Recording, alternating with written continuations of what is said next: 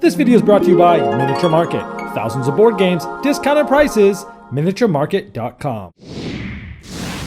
Hello my friends at the Game Boy Geek here. Today we're going to be apprentices of the Sioux tribe. And we're going to be looking at that totem pole, staring all the way up to the top of it, looking at the animals that are on there, and we're going to be trying to cast spells to bring those animals to life. Today, we're talking about Waka Tanka. This is a game designed by Bruno Faidutti, the well-known designer. This is 3 to 6 players, plays in about 20 minutes. It says ages 14 and up. Let me show you how it's played. I'll see you on the other side. This one is a newer small game from Cool Mini or Not.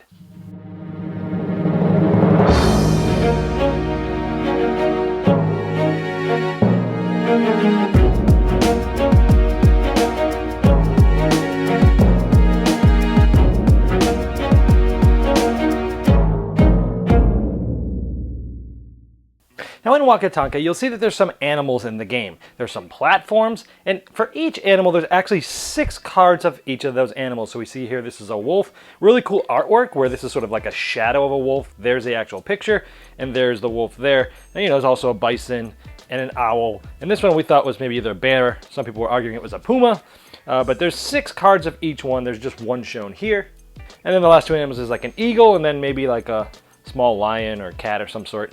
And then there's a mouse, and for the mice there's no animal platform, and we'll talk about this later. Depending on the amount of players, you'll take out a certain amount of cards of each of the animals, and you'll shuffle all the cards up and deal them all out to all the players. Now how it works is you're going to take this totem pole and you're going to put it, and you can randomly place these platforms in a circle around the totem pole. It doesn't matter which order they're in. And just to show you, this totem pole looks really cool. It's a nice little standee. It has a picture of all the different animals that are in the game on it. A nice little touch. Now also there's some apprentice tokens you'll place at the feet at the totem pole, and there is an Indian standee, and I'm using the word Indian because that's the way it's used in the rules. And so this one would just randomly be placed on any one of these right there. Now this might be what my hand would look like after all the cards are dealt out, maybe in about a 3-player game. Now these are hidden. Nobody would see these. These would be in my hand and I would not show anybody, but for the video I'm kind of showing you there. And notice I have, a bunch of 2 bisons, 2 eagles, and some of the other ones, and I also have this mouse. Now what you're trying to do is the winner is the one that either gets rid of all of their cards or gets 4 of these apprentice tokens, one or the other. Now the mechanics are very simple. Let's take these up in my hand. One thing you can do, and it's the turn that happens probably the most during the game, is placing a card. Now what you do is where the Indian is, you move the Indian one place, either left or right from where it's at, and then you place a card and you claim that you're placing down that animal, whether you are or whether you aren't. So let's say I move them here, and I put a card down here, and I say, I placed a wolf. And you have to claim the animal that you're placing down. I may have placed a wolf, I may not have.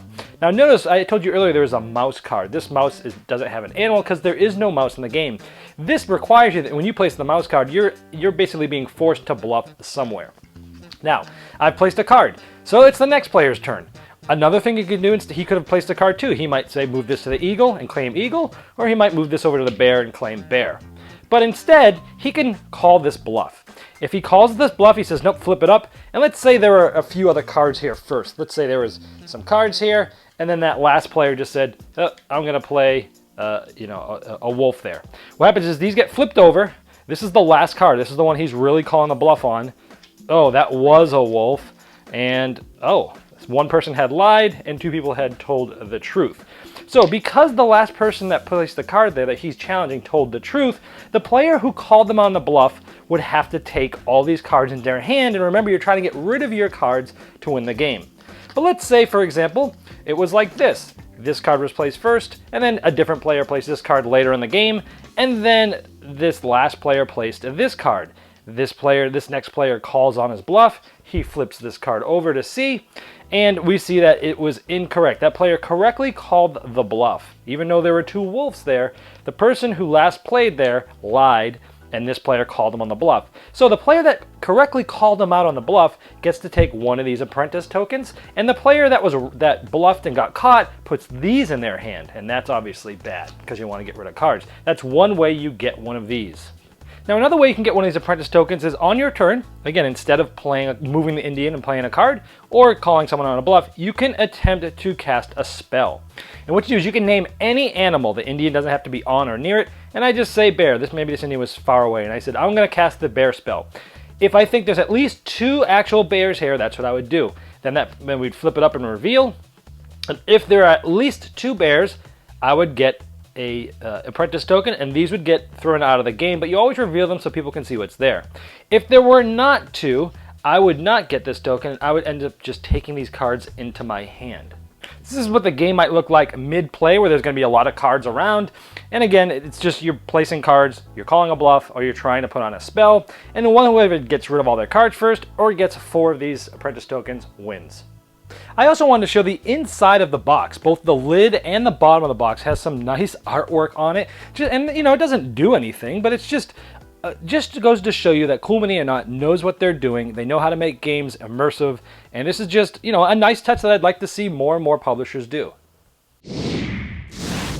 Well, it's no secret that I really adore a lot of Bruno Faidutti's games, and usually when he comes out with a game, I just automatically want to get my hands on it just because of his history, his design pedigree.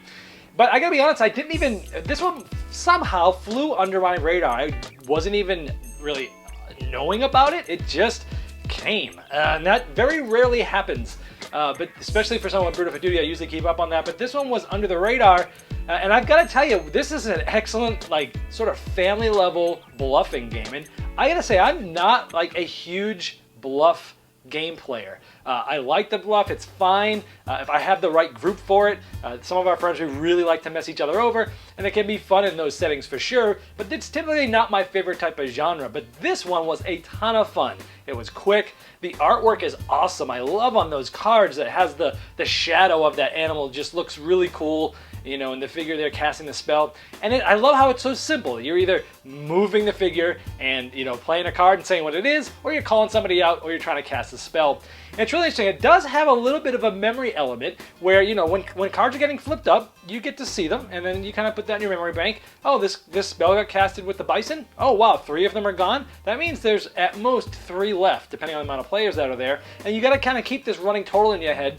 And it can get a little thinky at times if you're trying to count cards. People that can count cards will do better with this, but also it's still all about the bluffing. I like how it sort of incentivizes you to call out somebody's bluff. Because if you call out somebody's bluff, not only are they taking the cards, you're getting essentially 1/4 of a victory, which is one of those for apprentice tokens. So it's huge, and you know, sometimes people will just try to slide 1 card, the first card at an animal, just try to sneak in there. No one's gonna really call that. Well, you know what? You're actually more apt to call that, because if it isn't true, you're only taking 1 card. Where if the pile's huge, man, you're gonna take out a lot of them. And so it has that interesting balance, and I like how, you know, it does incentivize you to call people on their bluffs. And you're being sneaky too. You're putting a card, you're moving around, maybe you put another card, and you're hoping to be able to do the spell on that. Or if you think they were telling the truth, then you're going to try to enact the spell on the cards that they put there. Excellent. Really good, fun bluffing game. I'm trying to think if I have another bluffing game in my collection that is this simple, this easy, and fun. I know Bad Beats was one that I liked a lot, but I think this one flows a little bit better. And great job by Bruno Faidutti. It does say ages 14 and up, and I gotta tell you, the mechanics of this game are so simple. I mean, you could play this with a 10-year-old. I guess the only thing is, you know, bluffing is sort of a tricky thing with kids where, you know, do you teach them to bluff because essentially you're lying, but here it's okay. So that's probably why it's 14 and up. But if your kids played bluffing games before and you've kind of talked to them about this, mechanically there's no reason why you couldn't play it with their younger if they can handle it and understand what bluffing is in this setting. Overall, the theme's cool, artwork's cool. Love the inside of the box there. Good job, Cool Mini or Not, putting out now. We used to be big miniature games, then big box games, now these little games. They're doing a great job at everything they do. I'm impressed, and I'm definitely keeping this in my collection. And for so, let's do this right. Let's induct this game into my gaming library with a saxophone serenade.